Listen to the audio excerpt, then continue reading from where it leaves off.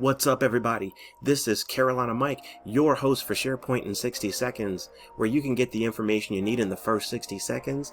And if you're really interested in the gory details, stick around for a step-by-step run-through. Today, we're going to show you a secret hack, how to access Microsoft lists from the SharePoint App Bar. Stick around.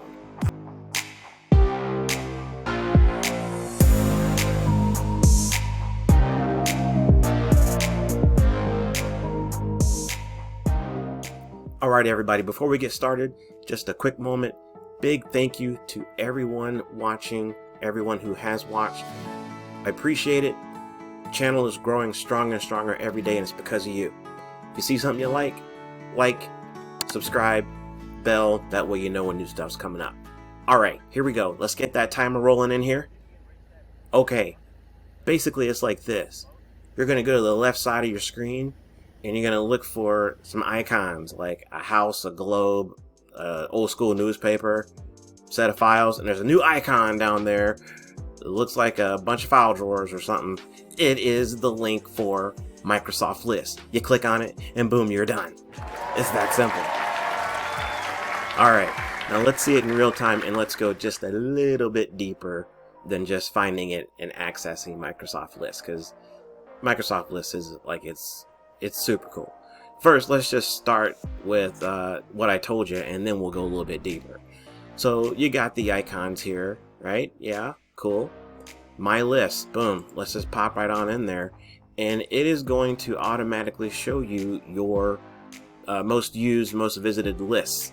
And you can just bounce in right from there. Most likely you're going to find the one that you need. If you've been working in it all the time, it's probably going to be in this list. We're going to go down, and if we want to see more, then you can see more, and now you're into the actual application Microsoft Lists. And you might be wondering, well, now I'm here, what's the big deal? Let's just take a moment to pause and talk about what Microsoft Lists is and what it isn't. Basically, it is just a new way for you to be able to access and create lists, and those lists will live in one of two major containers, either a site within a SharePoint tenant or inside your OneDrive site collection or your personal site collection. It's like everybody's got their own little site collection. That's where your OneDrive document library lives. And so if you create a list and you don't save it to some other existing site, then it gets saved. Then it just gets saved to your own personal site, if you will. And it's super simple. You know, it's an amazing concept. It took me a minute to really understand it, but yeah, it's super slick. So I can go ahead and fire off a new list, blank list from Excel, from an existing list. And if you want to see more about this, I have a whole playlist that focuses on creating lists and working with lists, so feel free to, there's a link somewhere. Alright, so you can go ahead and click on blank list, and we're going to name it. This is a blank list. And if you save it in my list, it's going to end up in your own personal site, or you can choose from recent sites. So we're going to let it pause from there, but pretty straightforward. You know, it's a neat way to be able to create a list while you're not inside a site and save it to a site. That's pretty slick. So we're going to cancel this, but you might be wondering, okay, well, what if I want to access, like, the cool thing about Microsoft Lists is it looks at all of the lists that you have access to within SharePoint and kind of puts them in one little logical space for you. And it's using graphing. You know, if you frequently visit a particular list, it's going to show up in your recent list.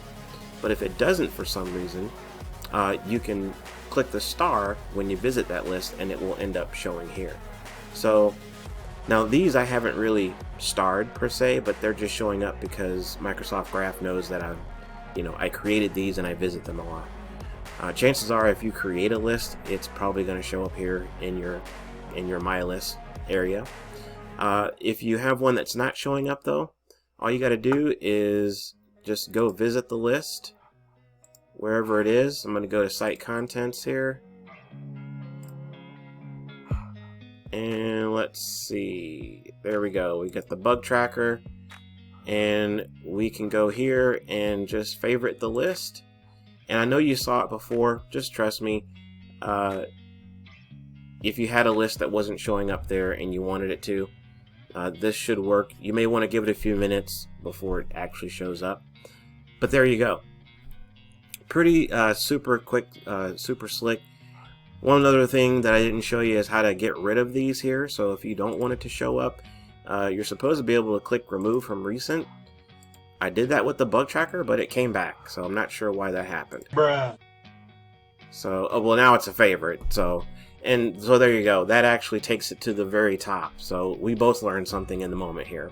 So if you favorite one of these, then it will show up in the favorite section. So there you go. Extra added bonus. So this has been Carolina Mike saying thank you so much for taking the time to play with SharePoint and learn more. Keep rocking and rolling, because SharePoint rocks, and so do you. Take it easy, y'all. We'll see you next time.